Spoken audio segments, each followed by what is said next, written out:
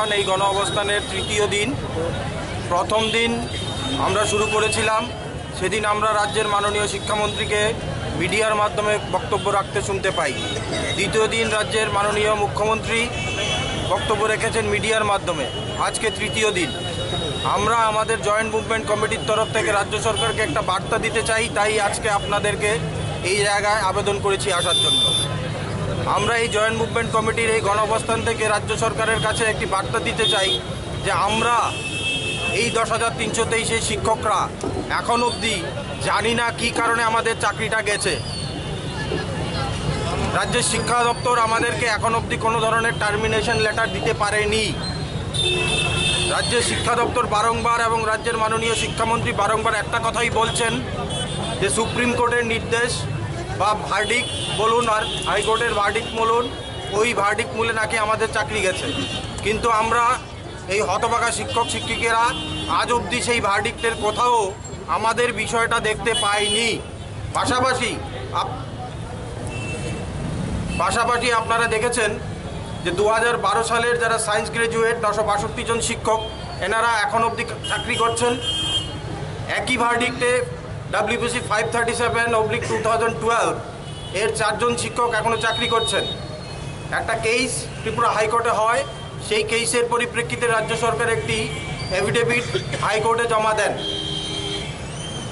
এবং তার পরিপ্রেক্ষিতে রাজ্যের শিক্ষা দপ্তর এই 4 জনকে একটি নোটিশ পাঠায়। কী ছিল সেই নোটিশে তাদেরকে জিজ্ঞেস করা হয়েছে যে আপনাদেরকে কেন চাকরি থেকে বের করা হবে না। আমরা রাজ্যের শিক্ষা দপ্তরকে প্রশ্ন করতে চাই, যদি তাদের ক্ষেত্রে এই নোটিশ দিতে পারেন তাহলে 10,323 শিক্ষককে আপনি যখন বের করেছিলেন তখন কেন সেই নোটিশ দেওয়া হয়নি? আমরা জানি 2020 সালের 31শে মার্চের পর আমাদের চাকরিরা নেই বলে জানিয়েছেন রাজ্যের শিক্ষামন্ত্রী মৌখিকভাবে মিডিয়ার মাধ্যমে। রাজ্যের শিক্ষা দপ্তরে বারংবার আমরা দৌড়ে গেছি যে আপনারা যে কথাটা বলছেন যে আমাদের চাকরিটা নেই, আমাদের টার্মিনেশন লেটারটা কোথায়? আজ অবধি সেই টার্মিনেশন লেটার আমাদের রাজ্যের শিক্ষা দপ্তর বা রাজ্যের মাননীয় শিক্ষামন্ত্রী আমাদেরকে দিতে পারেননি। এই পরিপ্রেক্ষিতে এই গণ অবস্থান থেকে আমাদের একটাই দাবি, রাজ্যের এডুকেশন সেক্রেটারি মাননীয়া সৌম্যগুপ্তা মহোদয় এই দিকে এসে আমাদের সঙ্গে কথাবার্তা বলতে হবে। আমরা বারংবার চিঠি দিয়েছি রাজ্যের মাননীয় শিক্ষা সেক্রেটারি যিনি আছেন মাননীয়া সৌম্যগুপ্তা মহোদয়কে আমরা বারংবার চেষ্টা করেছি, কিন্তু এটা আমাদের দুর্ভাগ্যের বিষয় যে উনি আমাদেরকে কখনো সময় দেননি। উনি শিক্ষা দপ্তরে আছেন, কিন্তু শিক্ষা দপ্তরের সর্বোচ্চ যে সমস্যা সেই সমস্যা নিয়ে আমরা বারংবার ওনার দ্বারস্থ হয়েছি, কিন্তু উনি আমাদেরকে সময় দেননি। তাই এই মঞ্চ থেকে আমরা রাজ্য সরকারের কাছে আহ্বান রাখছি, রাজ্য সরকারের প্রতিনিধি হিসাবে রাজ্যের মাননীয়া শিক্ষা সেক্রেটারি এডুকেশন সেক্রেটারি মহোদয়া এই মঞ্চে এসে আমাদেরকে এই বিষয়গুলো এই প্রশ্নগুলোর ক্লিয়ারিফিকেশন দিতে হবে। সুপ্রিম কোর্ট এবং হাইকোর্টের ভার্ডিক্টের কোন জায়গায় এই 10,323 শিক্ষককে বের করার জন্য বলা আছে সেগুলো আমরা ক্লিয়ারিফিকেশন চাই। যদি 2012 সালে তারা চাকরি করতে পারে, 2011 সালে তারা চাকরি করতে পারে 10 এবং 14-এর মাঝখানে, তাহলে এই পিক অ্যান্ড চুজ পদ্ধতি রাজ্যের শিক্ষা দপ্তর কী বেসিসে নিয়েছে?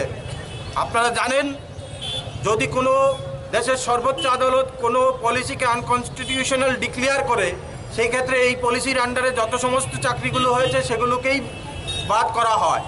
কিন্তু এর যে এক অদ্ভুত পরিস্থিতি, শিক্ষা দপ্তরের এক অদ্ভুত পরিস্থিতি, আজকে প্রচণ্ড বাজে অবস্থায় শিক্ষা দপ্তর রান করছে। পিক অ্যান্ড চুজ পদ্ধতিতে শিক্ষা দপ্তর থেকে 2010 সালে জিটি, পিজিটি এবং 2014 সালের ইউজিটিদেরকে বিতাড়িত করা হয়েছে। রাজ্য শিক্ষা দপ্তর আমাদেরকে কোনো টার্মিনেশন লেটার দিচ্ছে না। স্কুলগুলোতে আমাদের শিক্ষকরা চেষ্টা করেছিলেন সিগনেচার করার জন্য।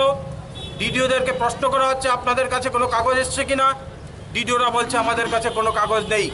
আমরা ডিডিওদেরকে বলছি আপনার কাছে কাগজ নেই, তাহলে আপনারা আমাদেরকে সিগনেচার করতে দিচ্ছেন না কেন?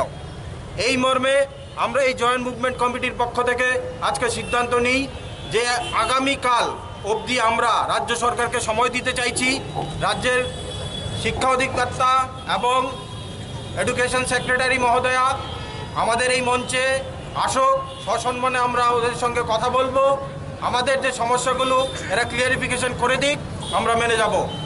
অন্যথায় আগামী দিন আমরা আবার মিটিংয়ে বসে সিদ্ধান্ত নেব এই গণ অবস্থান থেকে আমরা অন্য কোনো মুভমেন্টের দিকে যাব বা তীব্রতর আন্দোলন করতে যাচ্ছি কিনা, সেটা রাজ্য সরকারের উপর আমরা ছেড়ে দিচ্ছি।